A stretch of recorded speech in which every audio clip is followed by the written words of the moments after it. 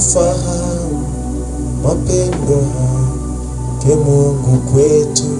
Mapendo haya yanapita mapendo yetu sisi watu. Alimtuma Bwana Yesu kutoka kwake mbinguni kututafuta wenye dhambi tupate kuzipenda sana. Kila wakati uko kwenye maombi alikuwa akiimba nyimbo hizi. Tarehe kama leo tarehe 16 ni tarehe kwetu katika familia ya Ngoi ni kama tarehe sikukuu ya kukumbuka kifo cha baba yetu ambaye ni hayati mzee Albert Mtombogoro. Lakini ninao mengi sana ya kuweza kusema kama nilivyosema hapo awali, ila tunamkumbuka baba kwa mema, kwa upendo wake, kwa ukarimu wake, ucheshi wake, pamoja na misaada ambayo alikuwa anaweza kutusaidia sisi watoto wake pamoja na watu wengine. Ni mtu ambaye alikuwa anajali sana, alikuwa hawezi kukubali kuona mtu anateseka na akiwa na pesa. Alikuwa anafikia hatua kujinyima yeye ili aweze kuwasaidia watu wengine, sisi watoto wake pamoja na watu wengine. Kwa hiyo nimeongea mengi sana hapo live, lakini kwa sasa acha niongee maneno mawili tu. Neno la kwanza alikuwa akiniambia kwamba mwanangu, mheshimu Mungu na ogopa maisha ya dhambi, Mungu hazihakiwi. Katika kumheshimu Mungu, Mungu atakuletea atakupa matunda mazuri sana ya wokovu. Lakini kitu cha pili, alikuwa zamani nilikuwa nikinung'unika sana wakati alikuwa ananiambia nisifanye biashara bali nimtumikie Mungu. Nakumbuka kuna wakati alileta zawadi katika familia, lakini mimi tu ndo nilikabidhiwa Biblia, wengine wakakabidhiwa vitaji pamoja na mavazi, lakini mimi nikakabidhiwa Biblia. Niliona kama ni unyanyasaji fulani, na kila nilipokuwa namsisitiza nahitaji nifanye biashara, akaniambia biashara sio fani yako, wewe mtumikie Mungu. Sikuelewa, lakini leo 99% ya maisha yangu inabebwa na huduma. Kwa hiyo namshukuru Mungu sana, na namshukuru babangu mzazi kwa kuvuviwa na Mungu kunyenyekeza katika njia ya kumjua Mungu. Leo mimi ninaheshimiwa na kila mtu. Ninaheshima, ni mtu ambaye si mtu wa kawaida kutokana na mashauri ya babangu mzazi. Ninamshukuru na naendelea kumpenda, nitaendelea kumpenda milele. Mungu wa mbingu na nchi endelee kumwangazia nuru ya milele, na yale aliyoyasema tunaendelea kuyakumbuka. Basi katika yote ndo hayo ambayo nilionayo. Mungu awabariki familia Ngoi. Mungu awabariki. Ambacho niliumwa tena, nikaumwa sana kabisa. Wakati huo gharama zilikuwa kubwa hospitali. Kwa wakati huo mume wangu alikuwa hawezi kutoa pesa hizo kwa wakati huo, lakini baba alitusapoti kwa asilimia kubwa sana.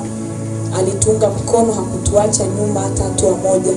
Alinitibisha, nililazwa mpaka nilivotoka, akanihudumia kwa upendo. Kwa hiyo namshukuru sana kwa yote ambayo alifanya kwa ajili yangu, na pia alifanyika mshauri mzuri sana kwangu, hasa kwenye ndoa yangu, na mpaka sasa ninasimama kwa yale ambayo aliyoniagiza na aliyoniambia. Amen. Barikiwe sana. Ili anipe ushauri, kitu ambacho aliniambia mpaka sasa hivi anacheka.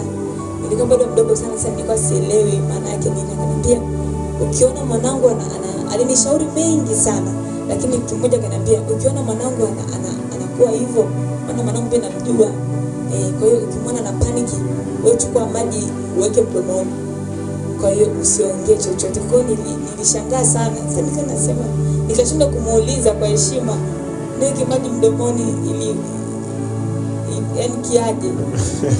Kwa hiyo ule ushauri ni mambo alipofika sasa hajakasirika wala nini, akaniuliza swali niweka maji mdomoni sasa, lakini nilikuwa sijui maana yake. Kote kitu waka baada ya kujua maana yake kwamba mwanaume anapoongea inatakiwa ukae kimya, uwe na heshima. Kwa hiyo nilipojua maana yake baadaye sasa, ambako nikaambiwa maana yake na mama wangu mkwe, mama Françoise alivyoniambia maana yake, ndo nilicheka sana. Kwa hiyo hicho ni kitu ambacho mpaka Papa Abe mimi nakumbuka kwa mengi, tunamkumbuka kwa mengi sana. Alikuwa anatujali, alikuwa anatupigia hadithi Kwa hiyo tulivyosikia habari za msiba wake tulifurahika sana. Ndio. Nachokumbuka babu yetu alikuwa anatupenda, alikuwa na ubaguzi, alikuwa anawapenda wote. Akija pale nyumbani akitukuta tumekaa ndugu zake, maana alikuwa na wajukuu wengi, anatuletea zawadi, anatugaia wote, alikuwa sio mbaguzi, alikuwa anatupenda wote. Ndio hicho. Amen.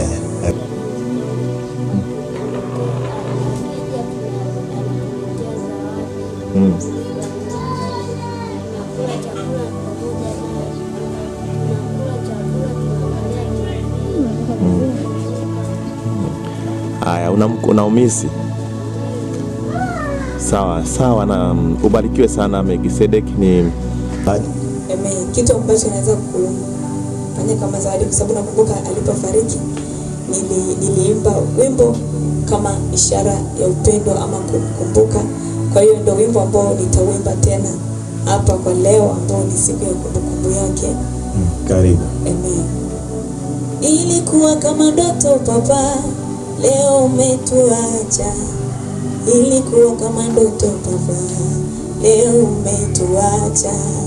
Papa tate, watoto wanakulilia. Papa tate, mbona umekaa kimya? Papa Albere, watoto wanakulilia. Papa Albere, mbona umekaa kimya? Tumebakia na kumbukumbu zako, picha ziko ukutani Papa. Papa tate, mbona umekaa kimya?